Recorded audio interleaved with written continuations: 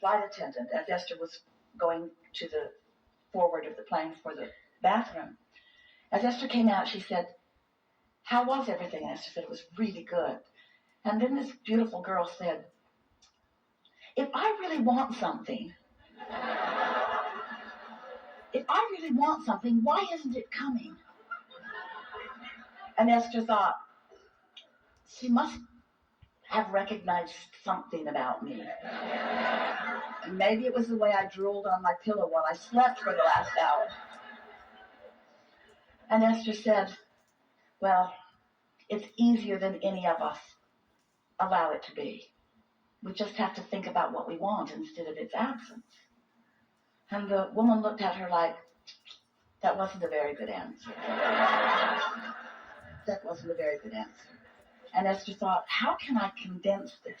We've got about 3 minutes here before someone else needs something from this girl. What could I possibly say to her that would help her to know that it really is not as difficult as we think that it is?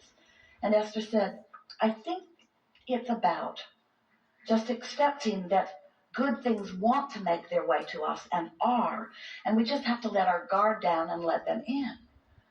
And this beautiful girl looked at Esther like, I really need a better answer than that. And Esther's thinking, what could I possibly say? Then it came to her. Esther said, you know what? Everything that you want is already there. And the woman looked at Esther like, are you out of your freaking mind? If everything that I want was already there, then we wouldn't be having this conversation. You're not understanding me. How do I get to where I want to be from this place that is not where I want to be? How do I get from where I am not wanting to be to where I want to be? And the answer is, you can't.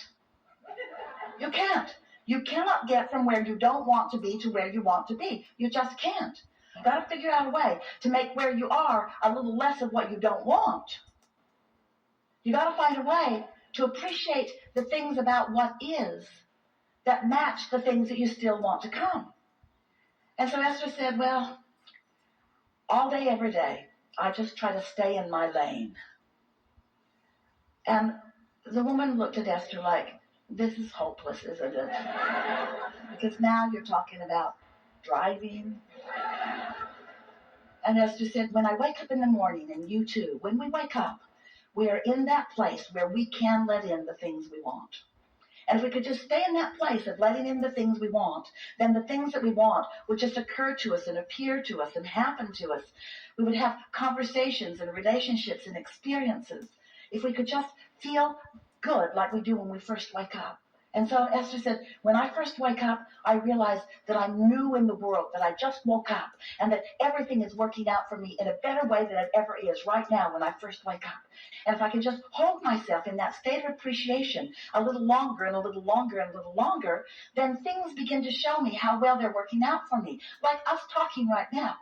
Don't you think that this is a wonderful thing that we're having this conversation about deliberate creation, about living life on purpose, about getting everything that we want here on an airplane with all of these people? Don't you think this is sort of an amazing thing? Well, and Esther sat back in her seat and she thought, I am willing to get up every morning for the rest of my life and practice being in my lane. Meaning, you know how to do it. You're in your car, you're driving down the road. You don't try to occupy the same space as the car in front of you. You have a sense of where you are. If you begin to drift a little bit because you're not paying attention and you hear the rumble strip on the side of the road, you do something about it, don't you? You don't wait until you're in the grass before you try to correct it. You don't wait until you're off the bridge before you try to correct it. In other words, because if you let the momentum take you without paying attention, then off you go into the grass, and then you bumped up against something else, and then something else, and then you are off the bridge, and then there's so much more that has to be done to bring you back into your rightness. There's all those new legs and arms that they have to attach to you and plug up all the holes that you've punctured in yourself, or even get a whole new body and start all over, and that's time-consuming. Isn't it nice that you just pay attention to where you are? You deal with it as it comes along because it's natural to you. And that's really what you're wanting to do relative to the thoughts that you think.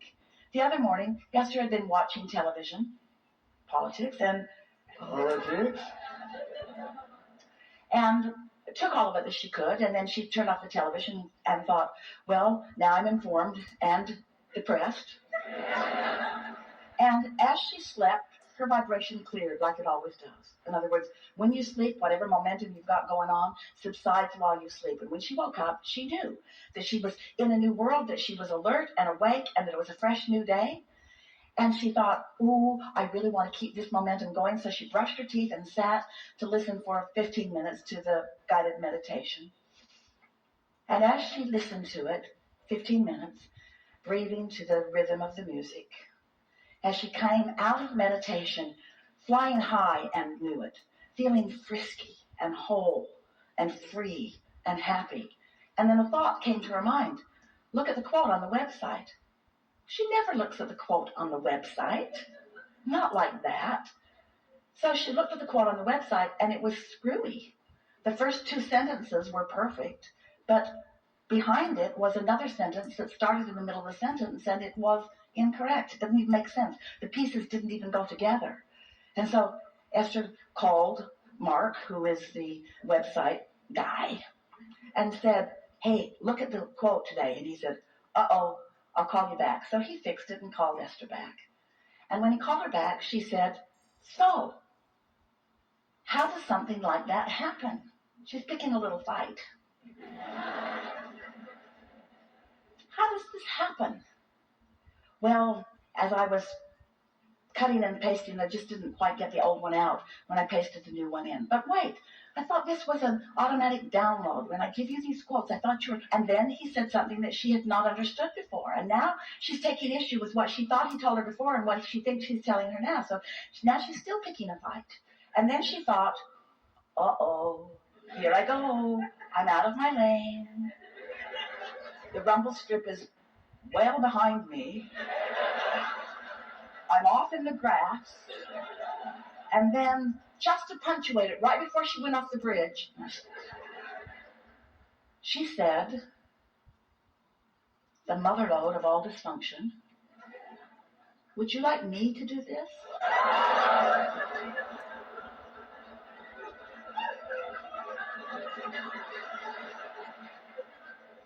And then he responded in kind. This is really hard, Esther. I don't think you can do it.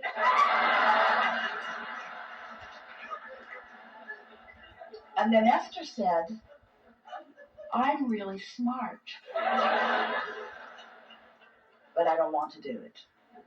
And then they hung up the phone, still in love with each other, hanging by a very thin thread.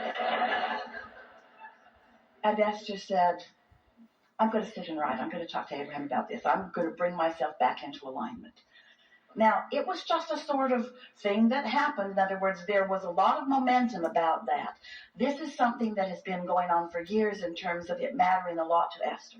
These daily quotes matter a lot to Esther because she knows that there are millions of people around the world that are seeing them in one format or another. She wants them to be the way that she wants them to be. So that momentum of guardedness or that momentum of wanting it to be right was taking her to a place where she has no business being. She does not want to be there. She could feel that she did not want to be there and found herself doing something about it, brought herself back into alignment before it went too far. So now all of this, it's only 30 minutes into her day, and already she's been in alignment, out of alignment, in alignment, out of alignment, in alignment, out of alignment, out of alignment, out of alignment, out of alignment, out of alignment, in alignment, in alignment, in alignment. And this is what we are wanting to suggest to you. You have choices all day about how far things go, and you have momentum on some subjects that will take you over the cliff if you even look at them. In other words, there are some subjects that you might want to avoid if you don't want to go off the vibrational cliff. And sometimes you think because it isn't really a cliff, it's just a vibrational cliff, that maybe it's worth the risk. And we are here to tell you it isn't, that it isn't. That until you decide that you are the creator of your own reality, until you decide that alignment is the only thing that matters, until you decide that that's where your power is, and that's where your clarity is, and that's where your joy is, that's where your fun is, that's really where your life is. Because you know what your life is? You know what you intended to live. You know what the life is that you intended to live. You intended to come and mix it up and put things in the vortex. And you knew that the vortex would gestate and that law of attraction would call the cooperative components to it. And you knew that it would get bigger and bigger. And you knew that it would get big enough that you could receive the idea of it. And you knew that when the idea occurred to you, that you were off and running, and you knew that then all that mattered once the idea occurs is that you don't sabotage it with contradictory thought, that you don't sabotage it with opposite thought, that you don't let things from your past, beliefs that you've been thinking. A belief is only a thought that you continue to think.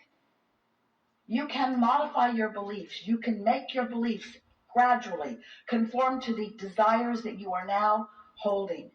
And in doing so, everything that your life has brought you to the knowing that you desire can be manifested fully in your experience. And the best part is, it's not just that you get the stuff that you want. There isn't anything that you want, whether it's a material object or a pile of money or a relationship or a circumstance or an event or a world event or a personal event. There isn't anything that any of you want that you want for any other reason than that you believe you will feel good in the having of it.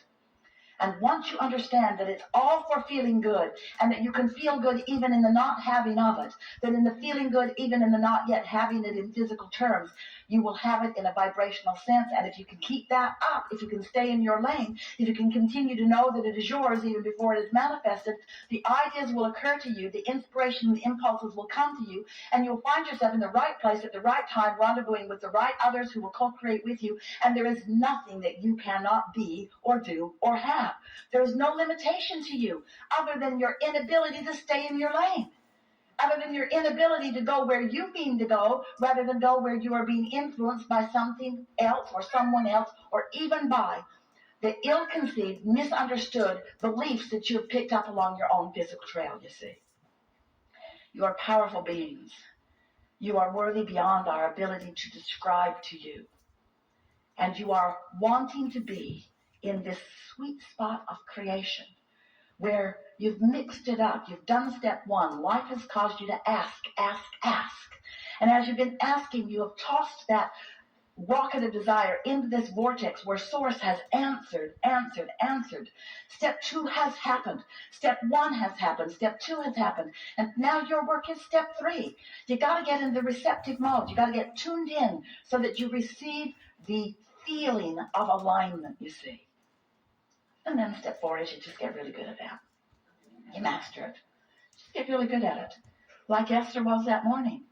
She's not perfect, far from it. But she knows when she's off. And she knows what to do about it. And sometimes she does something about it. And sometimes she has to wait for another good night's sleep and start again the next morning. And then step five is our favorite step for you. Step five is where you're no longer mad at yourself when you're back at step one. Step five is when you accept the perfection of the contrast that keeps producing more in the vortex. Can you imagine what this infinite, intelligent, collective consciousness vortex is that the billions of you have crafted together? Can you imagine what you have asked for and what Source is answering? Can you imagine your individual and collective potential when you get into the receiving mode and you receive from your path of least resistance what's ready for you to understand and hatch? And do you understand that the path of least resistance, by that we mean the path by which Source is able to answer you even though you've thrown resistance all over your path? Source knows your resistant points and guides you around it and over it and under it and through it. Source never says, get rid of all of that resistance or we will tell you nothing anymore.